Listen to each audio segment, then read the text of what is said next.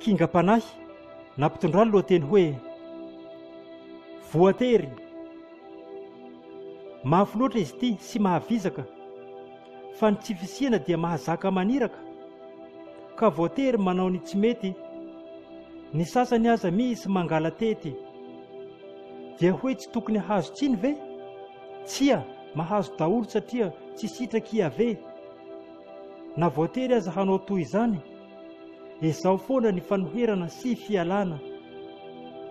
Misy tsy mety ny ataony zanaka, voatery mandamina ary koa mananatra, ankoatr'ireo fanabeazana mahazatra. Izany no amafisina ary mety arahan-kapoka.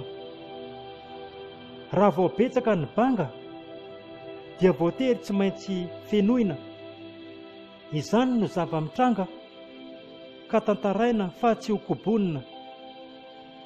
Voatery koa misy mitrosa vola, fa tsy ampy ireo ampelantanana, ka izay aleha ihany no mba zorona, satria izao fiainana izao toa be sampanana. Noho ny toetra ratsinao, mba voatery koa aho manao an'izao, nefa tsy mba fidiny ahy, fa dia toa ireo manaonao fahatany. Indraindray toa voatery zaho miafy, noho ny fitiavako ireo ankohonako, sady izany raha teo moa no adidiko, ary tsy vitan'izany fa tena andraikitrako. Noho ny tsy fankazahoana eo amin'ny fianakaviana, dia aleoko izany no misitaka. Ampitoviana amin'ireo olona nariana, fa tsy tsara ireo lainga sy fitapitaka. Ka voatery koa toa mahavoaforona ny tsy misy. Eo anivon'ity fiainana tady hahamora-kivy, ohatra tsy manaiky ny horeraka na dia mifanohatra aza ny mahazo, sy tsy miseho mora lavo, eny fa na dia miha malazo.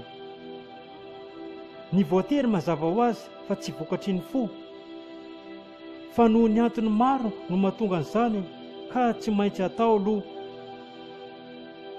Tsy fidiny koa ho an'izay tratrany hoe voatery, kanefa misy ihany izy ireny mba azo toherina.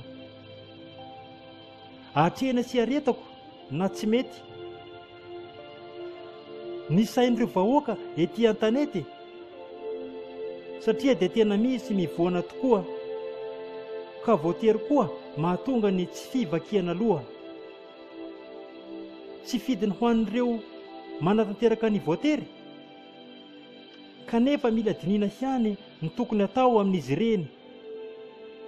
Dinio sy fantaro fa efa betsaka ireo simba sy very, ka voatery mila mailo ihany koa isika fa tokana ny aina na koa hoe irery.